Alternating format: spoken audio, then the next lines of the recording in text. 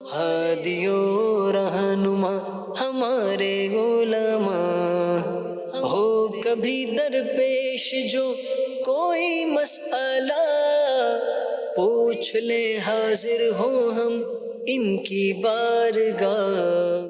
الحمد للہ رب العالمین والصلاة والسلام علی خاتم النبیین، اما بعد فاعوذ باللہ من الشیطان الرجیم، بسم اللہ الرحمن الرحیم، الصلاة والسلام علیک یا رسول اللہ وعلی آلک و اصحابک یا حبیب اللہ، الصلاة والسلام علیک یا نبی اللہ وعلی آلک و اصحابک یا نور اللہ۔ مدنی چینل کے ناظرین، پروگرام دارالافتاء اہل سنت میں آپ کو خوش آمدید کہتے ہیں۔ اللہ رب العالمین ہم سب کو دین اسلام کے احکامات سیکھ کر سمجھ کر ان پر عمل پیرا ہونے کی توفیق عطا فرمائے۔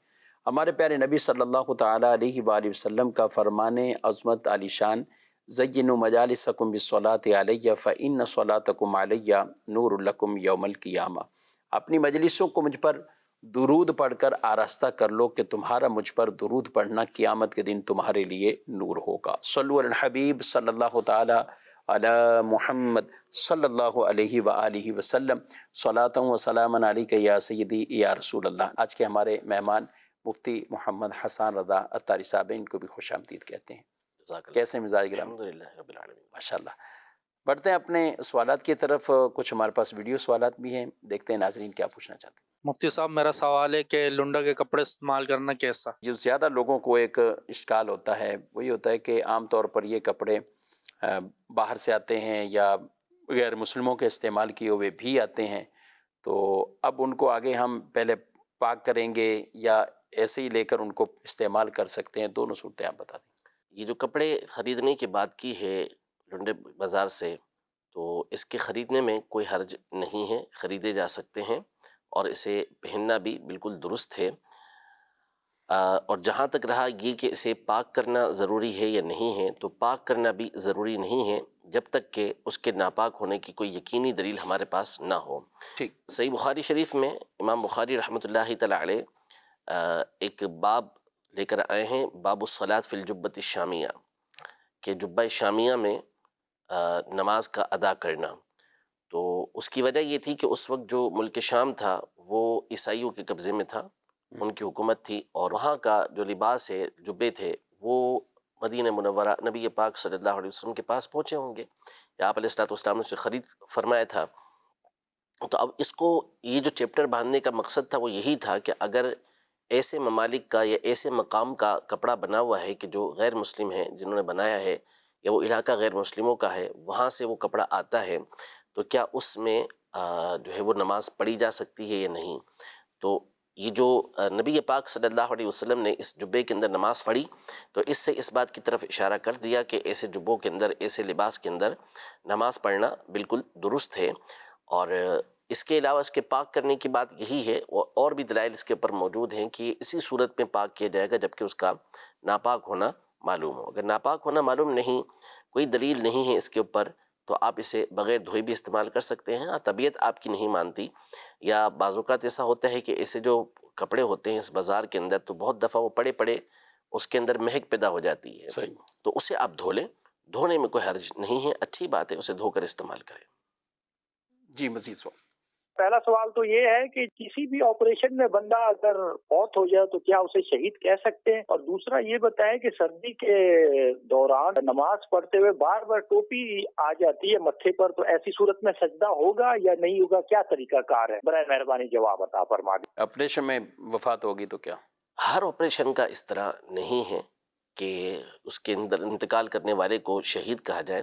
البتہ بعض صورتیں ہوتی ہیں، جیسے بچے کی ولادت کی وجہ سے عورت کا انتقال ہو گیا تو اس کے لیے شہید ہونے کا حکم یہ بیان کیا گیا ہے، اور اسی طرح ناگہانی موت جو ہوتی ہے اس کے اوپر بھی شہید کا اطلاق یہ کیا گیا ہے۔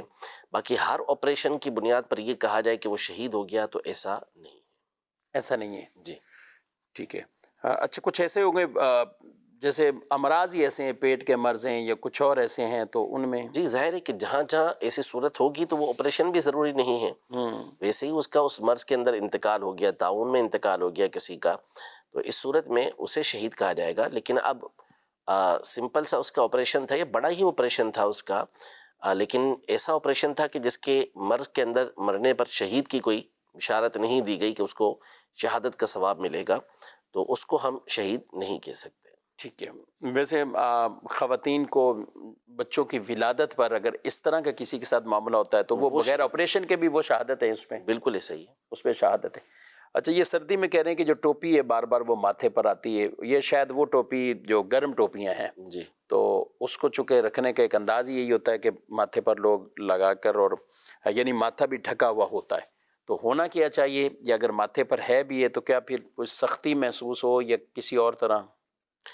ویسے اصول یہ ہے کہ پہنے ہوئے جو کپڑے ہیں اس کے اوپر بلا ضرورت سجدہ نہیں کیا جائے گا، جیسے امامہ یا اسی طرح آستین وغیرہ ہے تو اصولاً تو اسے نہیں کیا جائے گا کہ اسے پھیلا کر اس کے اوپر سجدہ کیا جائے۔ البتہ احادیث طیبہ واضح طور پر اس حوالے سے موجود ہیں کہ جب گرمی یا سردی کی شدت ہو تو اس میں صحابہ کرام علیہم رضوان اپنا یہ عمل بیان کرتے تھے کہ ہم جو آستین یا فاضل کپڑا ہوتا تھا، یعنی ضرورت سے زائد جو کپڑا ہوتا تھا اس کے اوپر ہم سجدہ کیا کرتے تھے۔ تو اگر یہ ٹوپی ایسی ہے اور سردی کی وجہ سے اس کو پہنا ہوا ہے کہ واقعی سردی یہ پیشانی پہ لگ رہی اور تکلیف کا سبب بن رہی ہے، اس وجہ سے اس کے اوپر سجدہ کر رہے ہیں تو سجدہ اس صورت میں ہو جائے گا جبکہ زمین کی سختی یہ محسوس ہوتی ہو، یعنی اتنا دبائیں کہ اب مزید پیشانی دب نہ سکے، تو اس صورت میں آپ کا سجدہ اس کے اوپر ادا ہو جائے گا۔ اگر ضرورت نہیں ہے تو پھر اس کو اوپر کر کے ہی سجدہ ادا کریں گے۔ اچھا، سجدے میں یہ ٹوپی جو سردی میں عام طور پہ پہنی ہوتی ہے، بعض اوقات اس کے ایک دو کوئی بل ایسے یعنی فولڈ بھی کیے ہوئے اوپر، اب یہ ہیں اتنی، یعنی یوں کہیں کہ اب اگر امامہ ہے، اگر امامے کو کوئی نیچے اتنا کر لے، ٹھیک ہے، اب پیشانی رکھی تو وہ یہ امامہ پیشانی یہ لگنے نہیں دے گا، ظاہر سی بات ہے۔ تو اس میں صورت میں تو اسی نہیں طرح ہونا۔ ٹوپیاں بھی بعض موٹی موٹی ہوتی ہیں، اب اگر ٹوپی وہ لگتی ہے تو پیشانی کا جو حصہ ہے وہ نہیں لگے گا، تو یوں احتیاط کی ضرورت نہیں؟ بالکل ضرورت ہوگی۔ اب اس میں ہوگا یہ کہ دیکھیں یہ ہمارا تو امامہ یہ بہت ایسا موٹا ہو جائے گا کہ یہ بالکل پیشانی کو لگنے نہیں دے گا۔ باقی بعض اوقات جیسے پتلی سی ٹوپی ہوتی ہے وہ جب آئے گی تو پیشانی ہی زمین پہ لگے گی لیکن یہ اس کے اوپر سجدہ ہو رہا ہوگا، صحیح، تو اس میں کوئی حرج نہیں ہے، اس میں ضرورت کی بنیاد پہ سجدہ یہ کیا جا سکتا ہے۔ جیسے امامے کے کور کے اوپر سجدہ کرنے کے حوالے سے علماء نے اجازت عطا فرمائی کہ جب ایسی صورت ہے کہ شدید گرمی ہے یا سردی ہے تو پھر اس کے اوپر سجدہ یہ کیا جا سکتا ہے۔ ٹھیک ہے جی، مزید سوال؟ میرا مفتی صاحب سے یہ سوال ہے، کیا عقیقے کے بکرے کے لیے بھی وہی شرائط ہیں جو قربانی کے بکرے کے ہیں؟ جی مزید؟ محمد سلیم رضا طاری عرض گزار ہوں۔ میرا دارالفتہ اہل سنت میں یہ مفتی صاحب کی بارگاہ میں سوال تھا کہ روزمرہ کے حوالے سے اکثر بازار سے سبزیاں ہوں یا فروٹ ہوں تو یہ کوئی نہ کوئی کھانے پینے کی چیز لی جاتی ہے، تو فرمایا جاتا ہے کہ رزق حلال عین عبادت ہے اور حقیقت بھی ہے، لیکن اکثر دکاندار ایسے کرتے ہیں کچھ سبزیاں ہوں یا پھل ہو یا اس قسم کی چیزیں، گلی سڑی چیزیں بھی بیچ میں ملا کر ڈال دیے جاتے ہیں۔ جب ان سے کہا جائے کہ جی یہ تو ناجائز ہے، آپ نے ہم سے پیسے پورے لیے ہیں، وہ یہ کہتے ہیں کہ جی ہم بھی پیچھے سے پیسے بھر کر لائیں، جبکہ وہ پیسے تو بالکل درست چیز کے لیتے ہیں۔ تو اس طریقے کا عمل کرنا یہ کیسا، یہ جواب ارشاد فرما دیجئے۔ جی، پہلا سوال، عقیقے کے بکرے کی وہی شرائط ہے جو قربانی کے بکرے؟ سنت کی ادائیگی جو ہوگی عقیقے میں وہ اسی طریقے سے ہوگی کہ قربانی کے جانور کے جو شرائط ہیں وہی عقیقے کے جانور کے اندر پائے جائیں تو اس صورت میں یہ عقیقے کی سنت ادا ہوگی، ورنہ سنت ادا نہیں ہوگی، یعنی شرائط وہی ہیں جو قربانی کے جانور کے ہیں۔ ٹھیک ہے، یعنی ان کو ان چیزوں میں، اچھا بیل وغیرہ کرتے ہیں تو اس میں بھی اس چیز کا تمام چیزیں کہ جانور کی جتنی بھی شرائط ہیں، چاہے اونٹ ہو، بیل ہو یا اسی طریقے سے بکرا ہو، تو جو قربانی کے لیے شرائط مقرر کی گئی ہیں جانور کی وہی شرائط یہ عقیقے کے اندر پایا جانا بھی ضروری ہے۔ یعنی بکرا بکری 1 سال، اور اچھا دمبا جیسے قربانی میں ہم 6 مہینے کا بھی وہ اس قابل ہے تو وہ چل جاتا ہے، تو ادھر بھی ہے بالکل ایسا ہی ہے، چل جائے گا اس حوالے سے کہ اس کو بھی یہاں پر قربان کر سکیں۔ یعنی وہ سارے عیوب بھی دیکھنے ہوں گے اس میں جو قربانی کے لیے ہم دیکھتے ہیں، اور بقیہ پھر ہی عقیقہ ہوگا۔ ظاہر ہے، یعنی جو شرائط ہم قربانی کے لیے مقرر کرتے ہیں، جیسا کہ سائل نے سوال میں کہا کہ کیا وہی شرائط ضروری ہیں، تو وہی شرائط یہ ضروری ہیں جو قربانی میں ہونا ضروری ہے۔ اچھا، یہ دوسرا یہ سوال یہ کہہ رہے ہیں کہ سبزیاں گلی سڑی وہ ڈال دیتے ہیں، وہ کہتے ہیں ہم بھی پیسے دے کر لائیں، فری تو نہیں لائیں، تو اب اگر ایسا کہتے ہیں تو بڑی بات ہے کہ آپ سے یوں کہیں، وہ عام طور پہ ایسا ہوتا نہیں ہے، وہ تسلیم ہی نہیں کرتے عام طور پر، وہ کہتے ہیں کہ ہم نے صحیح دی تھی اور آپ جو ہے وہ اس طرح کی چیز لے کر آ گئے ہیں۔ یا عام طور پہ ہوتا یہی ہے کہ جب ایسی چیزیں لوگ لے جاتے ہیں تو بہت دفعہ وہ اکثر یہ ہوتا ہے کہ عوام دوبارہ لوٹ کر آتی نہیں ہے کہ اس کے اوپر بحث کرے، لیکن بہر صورت بہرحال جو اس طرح کر رہے ہیں وہ حرام کام کر رہے ہیں کہ اس انداز میں گلی سڑی چیزیں جو ہے وہ صحیح چیزوں کے ساتھ ملا کر دے دینا، عیب بیان نہ کرنا، کبھی بھی اس کے اندر برکت بھی نہیں دی جائے گی، اور یہ دھوکہ ہے۔ اور فرمایا کہ جو دھوکہ دے فلیس منا، وہ ہم میں سے نہیں ہے، دھوکہ دینے والا ہم میں سے نہیں، اور صاف صاف دھوکہ ہے۔ نبی پاک صلی اللہ تعالیٰ علیہ وسلم ایک گلے والے کے پاس سے گزرے تو اس کی ڈھیری رکھی ہوئی تھی گلے کی، اناج کی، تو آپ صلی اللہ تعالیٰ علیہ وسلم نے اس اناج کے اندر ہاتھ ڈالا تو نیچے کی طرف جو ہے وہ گلہ جو تھا وہ گیلا تھا، گندم یعنی جی۔ تو نبی پاک صلی اللہ علیہ وسلم نے فرمایا کہ کیا ہے؟ تو اس نے کہا کہ اس کو بارش لگ گئی تھی تو اس لیے میں نے اس کو نیچے رکھ دیا۔ تو نبی پاک صلی اللہ علیہ وسلم نے فرمایا کیا تمہیں چاہیے تھا کہ پھر تم اس کو اوپر رکھتے، یعنی دیکھنے والے اسے دیکھ لیتے، دیکھ کر ہی لیتے۔ تو اس طرح واقعی ہوتا ہے، یعنی یہ فروٹ والے ہوں، سبزی والے ہوں، یا بعض اور چیزیں بھی ہوتی ہیں اس طرح کی کہ 5 7 8 چیزیں وہ لینی ہیں یا زیادہ لینی ہیں، تو بندہ چن رہا ہوتا ہے، اس چننے کے دوران ہی درمیان میں وہ کوئی نہ کوئی ایسا جو ہے وہ پیس ایڈ کر دیتے ہیں کہ جس کے اندر کوئی نہ کوئی خرابی موجود ہوتی ہے، اور پھر اس کے بعد وہ چلا دیتے ہیں، اور طرح طرح کی دھوکہ دہی، اور اب تو بہرحال سوشل میڈیا کے ذریعے بہت ساری چیزیں پتہ چل جاتی ہیں کہ کس طریقے سے یہ خیانت کر رہے ہوتے ہیں، کس طریقے سے لوگوں کو دھوکہ دے رہے ہوتے ہیں۔ وقتی طور پہ دھوکہ دیں گے، جو یہاں سے کمائیں گے وہ آپ کا پیچھے کسی اور جگہ ڈاکٹر جو ہے وہ کسی طریقے سے لے لیں گے، ڈاکو لے جائیں گے، چوری چکاری ہو جائے گی، اسی طرح کے چیزوں کے اندر یہ پیسہ ضائع ہو جاتا ہے۔ اچھا، کچھ ایسے میں سے وہ بھی شامل کرتے ہیں، استغفار بغیر وضو کر سکتے ہیں؟ جی بالکل پڑھ سکتے ہیں، تمام چیزیں بغیر وضو کے پڑھی جا سکتی ہیں۔ جب قرآن مجید فرقان حمید بغیر وضو کے ہاتھ لگائے بغیر پڑھ سکتے ہیں تو پھر استغفار تو بدرجہ اولا پڑھ سکتے ہیں، اس میں کوئی حرج نہیں ہے۔ اچھا جی، کلمہ شریف، استغفار، درود جتنی بھی پاک، چیزیں قرآن پاک سب پڑھ سکتے ہیں۔ جو ہاں اگر کوئی کسی کے اوپر غسل فرض ہے، ناپاکی کے حالت ناپاکی کی حالت میں ہے وہ، تو پھر اس صورت میں وہ قرآن مجید فرقان حمید کی تلاوت نہیں کر سکتا۔ اس کی پھر بعض صورتیں ہیں کہ کس صورت کے اندر وہ کون سی آیات اور صورتوں کی تلاوت کر سکتا ہے۔ اس کے علاوہ باقی درود پاک پڑھنا ہے، استغفار کرنا ہے، تو یہ اس حالت میں بھی کیے جا سکتے ہیں۔ البتہ بہتر طریقہ کار یہ ہے کہ بندہ باوضو ہو اور توجہ کے ساتھ اللہ کا ذکر کرے، نبی پاک صلی اللہ علیہ وسلم پر درود پاک پڑھے، یہ زیادہ اچھا ہے۔ لیکن اگر کوئی بے وضو درود پاک پڑھتا ہے، چلتے پھرتے درود پاک پڑھتا ہے، استغفار کرتا ہے، تو اس میں کوئی حرج نہیں ہے، اس کو ثواب بھی ملے گا۔ ٹھیک ہے۔ اچھا، ناپاکی بھی آپ نے بات کی، غسل فرض ہو تو غسل جب فرض ہو تو اس صورت میں درود پاک یا ذکر و اذکار، اس کے حوالے سے کیا کہیں؟ یہ بھی درست ہے، اس میں کوئی حرج نہیں ہے۔ اذان کے جواب دینے کی بھی علماء نے اجازت دی ہے کہ وہ اذان کا بھی اس حال کے اندر جواب دے سکتی ہیں۔ اصل ممانعت قرآن پڑھنے کی ہے کہ جو اس جنابت کی حالت میں ہے یا عورت ہے ناپاکی کی حالت میں ہے، تو اس کو اس بات کی اجازت نہیں ہوتی کہ وہ قرآن مجید فرقان حمید کی تلاوت کرے، سوائے ان صورتوں اور آیات کے کہ جن میں اللہ کی حمد و ثنا کا معنی ہے، اور وہ اللہ کی حمد و ثنا کی نیت سے اس کو پڑھتی ہے یا پڑھتا ہے تو پھر وہ جائز ہو جائے گا۔ لیکن اس کے علاوہ قرآن مجید فرقان حمید کی تلاوت کی اجازت نہیں۔ دیگر جو اذکار ہیں اسے پڑھنے میں سرے سے کوئی حرج نہیں ہے۔ قرآن پاک کی تلاوت سنی جا سکتی ہے اس حالت میں اگر ریکارڈنگ سنی جا سکتی ہے، سامنے قرآن رکھا ہوا ہے، اسے دیکھا جا سکتا ہے، اس میں کوئی حرج نہیں ہے۔ دل میں پڑھا جا سکتا ہے، زبان سے پڑھنے کی اجازت نہیں ہے۔ ٹھیک ہے جی، مزید سوال یہ پوچھنا تھا کہ عورت نماز کی نیت کیسے کرے، اور فرضوں کی آخری 2 رکعت میں سورت ملانی چاہیے یا نہیں ملانی چاہیے؟ جی، عورت نماز کی نیت کیسے کرے، یہ انہوں نے پوچھا۔ عورت و مرد کے لیے نیت میں کوئی فرق نہیں ہے۔ نیت اصل میں دل کے ارادے کا نام ہے کہ نماز کون سی آپ پڑھنے کے لیے کھڑے ہو رہے ہیں، تو وہ نیت آپ کے دل کے اندر موجود ہے، تو یہ اسی کا نام، یعنی ارادہ جس کا آپ نے کیا ہوا اسی کا نام نیت ہے۔ زبان سے کہہ لینا مستحب ہے، اچھی بات ہے کہ اس کے ذریعے سے آپ کی جو دل کی نیت ہے وہ بھی حاضر ہو جاتی ہے۔ تو وہاں پر نماز کی نیت مرد نے مردانہ الفاظ میں کرنی ہے، عورت نے جو زنانہ الفاظ ہیں انہی کے اندر اس نے نیت کرنی ہے، باقی اس کے علاوہ کوئی اس میں فرق نہیں ہے۔ کہ آخری 2 رکعتوں میں اگر کوئی شخص تنہا نماز پڑھ رہا ہے تو اس کے لیے مستحب ہے کہ وہ فرضوں کی 3 اور 4 رکعت میں بھی سورۃ الفاتحہ کے بعد سورت ملائے، اور اگر جماعت ہو رہی ہے تو امام صاحب جو ہے وہ سورت نہیں ملائیں گے 3 اور 4 رکعت کے اندر، بالخصوص اگر نمازیوں کے اوپر یہ بھاری گزرتا ہے پھر تو یہ سخت ممنوع حرام ہے کہ اب وہ سورت اس کے ساتھ ملائیں۔ ورنہ اگر تنہا بندہ نماز پڑھے، کسی وجہ سے جماعت اس کی چھوٹ گئی ہے، یا ویسے ہی جماعت چھوڑ کے اب اس نے نماز پڑھی ہے، تو اس کے لیے مستحب ہے، بہتر ہے کہ وہ تیسری اور چوتھی رکعت میں سورۃ الفاتحہ کے بعد سورت بھی ملائے۔ ٹھیک ہے، بعض لوگ تو اس پر یہ سوال کر رہے ہوتے ہیں غلطی سے صورت مل گئی، کیا سجدہ صاف کرنا پڑے گا؟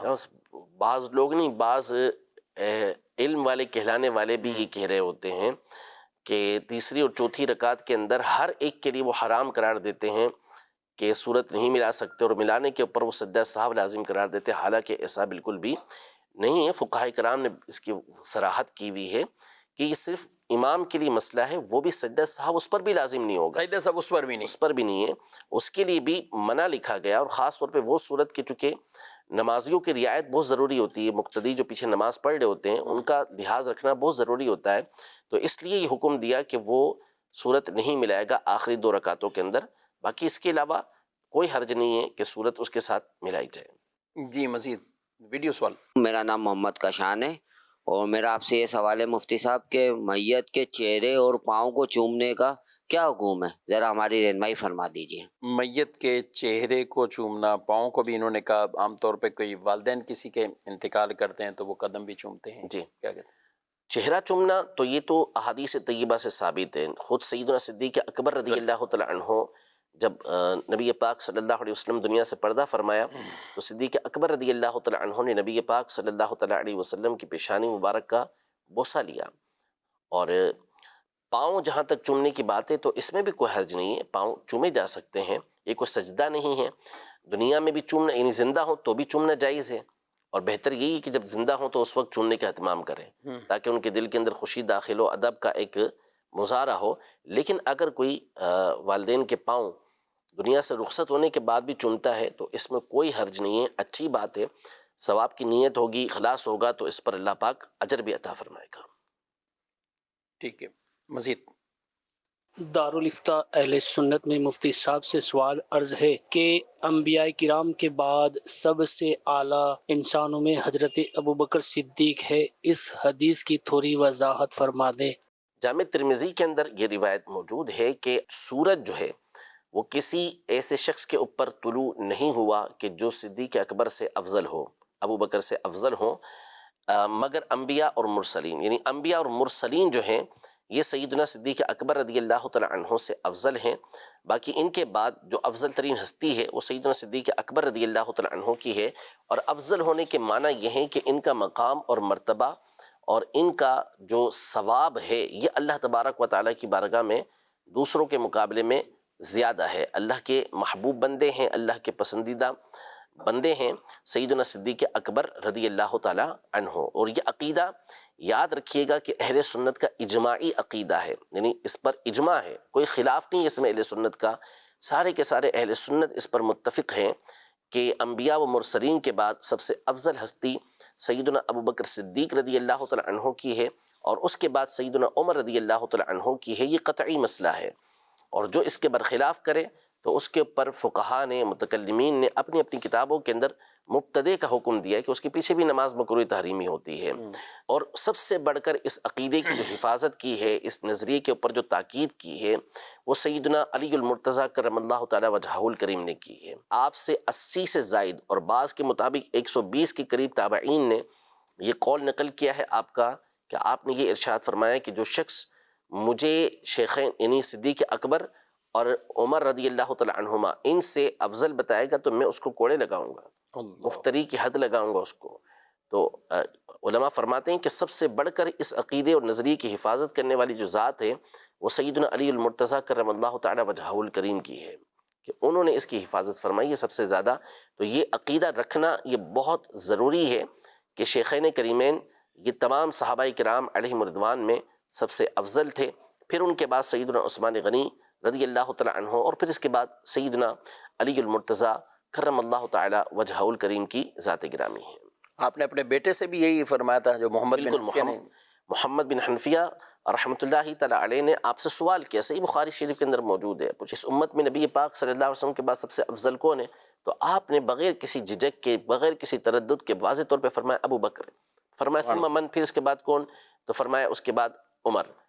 تو یہ ان کا نظریہ تھا، ان کا عقیدہ تھا. اور اب پھر اس کے بعد انہوں نے پوچھا کہ اس کے بعد تو پھر آپ ہیں، تو فرمایا انا رجل من المسلمین، عاجزی کرتے ہوئے کہا کہ میں مسلمانوں کا ایک عام شخص ہوں. حالانکہ ظاہر ہے کہ آپ مسلمانوں کے امام ہیں، پیشوا ہیں، اور آپ کی جو ذات ہے وہ یقیناً تینوں خلفائے راشدین کے بعد سب سے افضل و اعلیٰ ہستی ہے اس امت کے اندر، اور انبیاء و مرسلین کے بعد ان تینوں کے بعد سب سے بڑا مرتبہ حضرت علی رضی اللہ تعالیٰ عنہ کا ہے.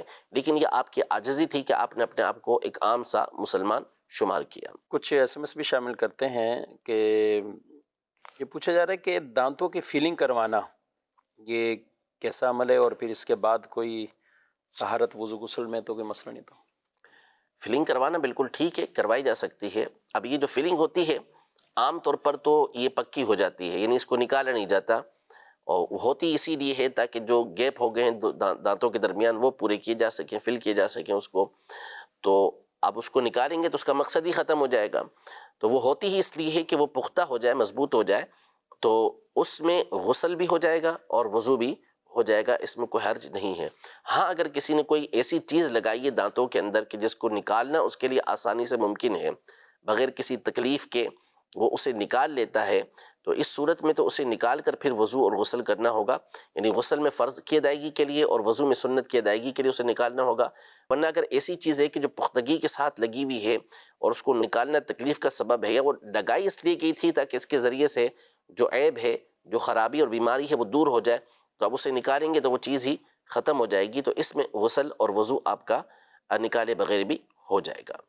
ٹھیک ہے. اور ویسے عام طور پہ تو وہ نکلتی بھی نہیں ہے اس طرح، یہ صحیح ہوتا ہے. اچھا کچھ یہ تو آپ نے اس کی، کچھ ویسے ہی پان گٹکا کھانے والے ہیں ان کی تو فیلنگ ایسی کچھ کہ پورے دانت ہی اسی میں ہی ہو گئے، تو ان میں کیا کہیں گے آپ؟ اس میں بھی یہی ہے کہ جو جو چیزیں جم جاتی ہیں، بالکل ایسا ہی ہے، جو اس میں آرام سے چھڑانا ممکن ہے جن چیزوں کو، تو ان کو تو چھڑایا جائے گا. لیکن اگر وہ ایسے جم گئے ہیں کہ اب ان کو تکلیف کے بغیر چھڑانا ممکن نہیں ہے، تو اس کو فقہاء کرام نے لکھا ہے واضح طور پر، فتاوی رضویہ شریف کے اندر بھی موجود ہے کہ ایسی جو چیزیں جم جاتی ہیں یہ پھر معاف ہو جاتی ہیں، کہ اس کے اوپر سے جو پانی گزرے گا تو وضو اور غسل آپ کا ادا ہو جائے گا. جی مزید سوال. میرا سوال ہے، میری بیوی کینسر کے مرض میں اطلاعاتی ہوں انتقال کر چکی ہے، آپ اس کے بارے میں شہادت ہوگی رہنمائی فرما دیں. اللہ کریم ان کی کامل بخشش و مغفرت فرمائے اور آخرت کے مراحل آسان فرمائے. کینسر کے مرض میں ان کی زوجہ اہلیہ، یہ اللہ جل شانہ ان کے درجات کو بلند فرمائے، قبر و حشر کی تمام مشکلات کو اللہ پاک آسان فرمائے، اور آپ کو صبر و صبر پر اللہ پاک اجر عطا فرمائے. کہیں اس حوالے سے پڑھا نہیں ہے کہ کینسر کا جو مریض ہوتا ہے اور اس میں جو انتقال کر جائے اس کو شہادت کا ثواب ملے گا. تو ہم اپنے قیاس سے، اپنے اندازے سے یہ نہیں کہہ سکتے. البتہ جو تکلیف کے اندر جاتا ہے تو ظاہر ہے کہ یہ تو بہت بڑی تکلیف ہوتی ہے، اذیت ہوتی ہے اس کے اندر، تو جو اس پر صبر کرے گا تو اس کے گناہ مٹ جاتے ہیں. مومن جو اس طرح کی تکلیف کے اندر مبتلا کیا جاتا ہے تو اس کے گناہ مٹتے ہیں، اس کے درجات کو بلند کیا جاتا ہے. تو صبر کریں گے تو اس صورت میں ثواب ان کو ملا ہوگا، اور اللہ کی رحمت سے ہم امید ہی رکھتے ہیں کہ ان کی جو تکلیف ہوگی اس تکلیف پر اللہ پاک نے ان کو اجر ہی عطا فرمایا ہوگا. مزید سوال. ابو بکر صدیق رضی اللہ تعالیٰ عنہ کے یوم عرس آپ بھی کروا سکتے ہیں، اس کے ساتھ اپنے والدین کی بھی برسی دونوں اکٹھی ہو سکتی ہیں، اس کے بارے میں شرعی رہنمائی فرما دیجئے. جی بالکل کر سکتے ہیں، اور سارا سال کر سکتے ہیں. 22 جمادی الاخری کو کرنا یہ کوئی لازم نہیں ہے کہ آپ اسی تاریخ کو کریں، بلکہ کسی بھی تاریخ کو کیا جا سکتا ہے. اور مختلف دنوں میں ہی ہمارے یہاں پر پروگرامز ہو رہے ہوتے ہیں، عرس ہو رہے ہوتے ہیں، تو اس میں کوئی حرج نہیں ہے، کر سکتے ہیں. پہلے بھی کر سکتے ہیں، بعد میں بھی کر سکتے ہیں. اہل سنت کے نزدیک ان چیزوں کا جو حکم ہے وہ یہ ہے کہ یہ مستحب ہے، اچھے کام ہے کہ ان کے فضائل کو ذکر کریں گے جس سے لوگوں کو ترغیب ملے گی. پھر ان کے لیے ایصال ثواب کا سلسلہ کریں گے جو قرآن و سنت سے ثابت ہے.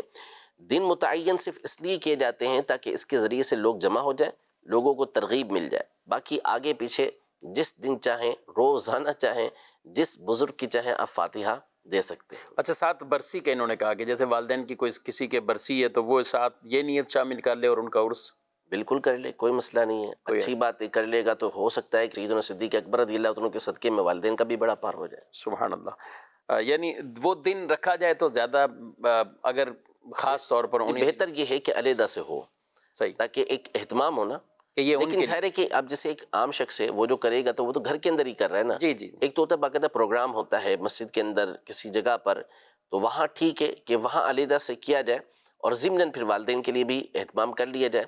گھر کے اندر کر رہے ہیں تو کوئی مسئلہ ہی نہیں، وہ تو جس کے لیے چاہیں آپ ایک ساتھ کر لیں، کوئی پرابلم نہیں. جی مزید کچھ اگر ویڈیو سوال ہیں تو وہ دیکھیں. میرا نام مزمل ہے. مفتی صاحب میرا سوال یہ ہے کہ بالوں میں جیل لگی ہو تو نماز پڑھنے کا کیا حکم ہے؟ بالوں میں جیل لگی، بالوں میں جیل لگی ہے تو نماز پڑھنے میں تو کوئی مسئلہ نہیں ہے. البتہ وضو اگر پہلے سے نہیں تھا اور اب آپ وضو کرنے کے لیے بات کریں گے تو پھر ایک سوال پیدا ہو سکتا ہے کہ وہ جیل کس طرح کی ہے. اگر تو اس نے بالوں کو ایسا کور کر دیا ہے کہ جس کی وجہ سے بالوں تک پانی نہیں پہنچ سکتا تو اس کو تو پھر ہٹانا پڑے گا، اس کو ہٹا کے پانی پہنچانا ہوگا. باقی اگر یہ لگی ہوئی ہے اور اس میں کوئی ناپاکی کی چیز نہیں ہے، جب تک یقینی طور پہ معلوم نہ ہو کہ اس کے اندر کوئی ناپاکی والی چیز ہے تو اس وقت تک اس میں نماز پڑھنے میں کوئی حرج نہیں ہے. یہ مزید سوال. جب بندہ فوت ہو جاتا ہے نا، ہمارے ہاں یہ رواج ہے کہ مردے کی چار پائی کے نیچے جو ہے نا کچھ گندم رکھ دی جاتی ہے، اور وہ گندم جو ہے وہ جو کام کرنے والے ہیں ان کو دی جاتی ہے. تو شرعی طور پر اس کی کیا حقیقت ہے؟ اور دوسرا مسئلہ یہ ہے کہ دو بندے ہیں اور ایک بندہ جماعت کروا رہا ہے، دوسرا اس کے ساتھ کھڑا ہو جاتا ہے. اب تیسرا بندہ جو آتا ہے وہ جو مقتدی ہے وہ پیچھے ہوگا یا امام آگے مصلی پہ جائے گا؟ اس حوالے سے ارشاد فرما دیجیے. چلیں پہلے تو چارپائی کے نیچے کچھ گندم رکھتے ہیں اور اسی سے ہی پھر وہ صدقہ ہی کرتے ہوں گے یہ جو کام کاج کرنے والے ان پر. فی نفسی ہی تو کوئی مسئلہ نہیں ہے ٹھیک کہ اس کو نیچے رکھنا اور اس کے بعد اسے صدقہ کر دینا، لیکن اب اس میں لاجک کیا ہے پیچھے یہ واضح ہو تو پتہ چل سکے، اور پھر اس کو واجب نہ سمجھا جائے کہ یہ لازم ہے ایسا کرنا، یہ نہ سمجھا جائے. ویسے اگر گندم رکھ دی جاتی ہے اور پھر اس کے بعد اسے صدقہ کیا جاتا ہے تو حرج نہیں ہے، لیکن بظاہر کو اس کی حکمت سمجھ نہیں آ رہی، کوئی وجہ سمجھ نہیں آ رہی کہ اس کا فائدہ کیا ہے، تو جلد سے جلد جو ہے وہ اس کی طرف سے صدقہ کر دینا چاہیے، اور وہ چیزیں صدقہ کرنی چاہیے کہ جس کی لوگوں کو ضرورت ہو. اب آپ گندم صدقہ کریں اور پتہ چلے وہاں پہ لوگوں کو گندم کی حاجت ہی نہیں ہے تو پھر اس کا فائدہ اتنا خاص نہیں ہوگا، صدقے کا ثواب ملے گا. اس لیے بہتر سے بہتر طریقہ کار یہ ہے کہ جو رقم ہوتی ہے وہ فقراء غریب لوگ جو ہوتے ہیں جو مستحق ہوتے ہیں ان میں تقسیم کی جائے تو یہ زیادہ فائدہ مند ہوگا. اچھا دوسرا سوال انہوں نے کہا دو بندے نماز پڑھ رہے ہیں، اب تیسرا اگر آ جائے تو کیا ہونا چاہیے؟ تو اس میں بہتر تو یہی ہے کہ جو مقتدی ہے وہ پیچھے ہٹے، صحیح، اس کو ہاتھ لگا دے کندھے پر، جبکہ وہ جانتا ہو کہ مجھے اس کی پیروی میں نہیں بلکہ شریعت کی پیروی کے اندر پیچھے آنا ہے تو پیچھے آ جائے. ورنہ پھر امام کو بھی وہ ہاتھ لگا سکتا ہے کہ امام جو ہے وہ آگے بڑھ جائے، یا یہ کھڑا ہوا اور امام خود ہی آگے بڑھ گیا، یہ بھی ہو سکتا ہے کہ دونوں پیچھے کھڑے ہوں اور امام آگے بڑھ جائے، اور یہ بھی ہو سکتا ہے کہ وہ والا امام مقتدی جو وہ پیچھے ہٹ جائے اور دوسرا اس کے ساتھ مل کے کھڑا ہو جائے. یہ نہ ہو ساری ایک ساتھ ہوں تو پھر یہ دو تک ہوں گے تو مکروہ تنزیہی ہے، ناپسندیدہ ہے، اور تین ہو گئے تو پھر مکروہ تحریمی ہو جائے، پھر واجب الاعتماد نماز ہو جائے گی. اگر اسی طرح نہیں، یعنی یا تو یہ دو پیچھے آئیں یا امام آگے جائیں، اور اگر صورتحال یہ ہے کہ امام آگے جا ہی نہیں سکتے تو پھر تو پیچھے آنا ہوگا، پیچھے باہر صورت پھر ایک ہی صورت یہ متعین ہے. بالکل صحیح. لوگ شاید یہ سمجھتے ہیں اس میں کہ اچھا دو شروع سے ہی دو اگر ہوں تو وہ پیچھے کھڑے ہو سکتے، وہ پیچھے ہی کھڑے ہوں گے. سنت یہی ہے کہ وہ پیچھے کھڑے ہوں گے اور امام آگے کھڑا ہوگا. دو کھڑے ہوئے ہیں تو پھر یہ مکروہ تنزیہی ہے، تو بغیر کسی وجہ کے دو کو بھی ساتھ نہیں کھڑا ہونا چاہیے، ان دونوں کو پیچھے جانا چاہیے. کہ دو یا دو سے زائد کے جو افراد ہوتے ہیں وہ ایک جماعت کا حکم رکھتے ہیں. ایک آدمی صرف پچھلی صف میں ہو سکتا ہے اکیلا؟ یہ خلاف سنت ہوگا، یعنی پہلے امام ہے اور وہ بھی اگر یہ گمان رکھتا ہے کہ کوئی نہ کوئی آنے والا ہے پیچھے سے کوئی آ جائے گا، ایسا نہ کریں. یہ شروع سے امام کے ساتھ ہو، امام کے ساتھ ہو، یہ سنت کی ہی ہے. نبی پاک صلی اللہ علیہ وسلم نے سیدنا عبداللہ ابن عباس رضی اللہ تعالیٰ عنہما کو بالکل اپنے قریب کر کے کھڑا کیا ہوا تھا. اس کے علاوہ اور صحابہ کے بھی واقعات موجود ہیں. ٹھیک، مزید سوال یہ ہے امام صاحب خطبے کے دوران بیٹھتے ہیں جو وقفہ لیتے ہیں کہ وہ وقفہ جو لیتے ہیں اس میں کیا پڑھا جاتا ہے اور کی شریعت کے لحاظ سے کیا وہ وجہ ہے؟ جی وجہ کیا ہے بیٹھتے ہیں جو خطبوں کے درمیان، اس کی وجہ؟ دو خطبوں کے درمیان بیٹھنا سنت مبارکہ ہے. جس گھڑی کے اندر دعا قبول ہوتی ہے وہ ایک قول یہ ہے کہ یہ دونوں خطبوں کے درمیان کا وقت بھی ہے تو اس میں دعا کی جائے گی، لیکن دعا دل کے اندر کریں گے، زبان سے دعا نہیں کریں گے. امام صاحب کر سکتے ہیں زبان سے دعا، لیکن وہ بھی آہستہ کریں گے تاکہ لوگ تشویش کے اندر مبتلا نہ ہو. جو مقتدی ہیں انہوں نے دعا کرنی ہے، دل کے اندر دعا کرنی ہے، تو انشاءاللہ تبارک و تعالی اللہ کی رحمت سے امید کی جا سکتی ہے کہ زیادہ قبول ہونے کا چانس ہوگا. ہمارے پروگرام کا جو وقت ہے وہ اپنے اختتام کو پہنچائیں، آپ سے اجازت چاہتے ہیں. فی امان اللہ. ہادی و رہنما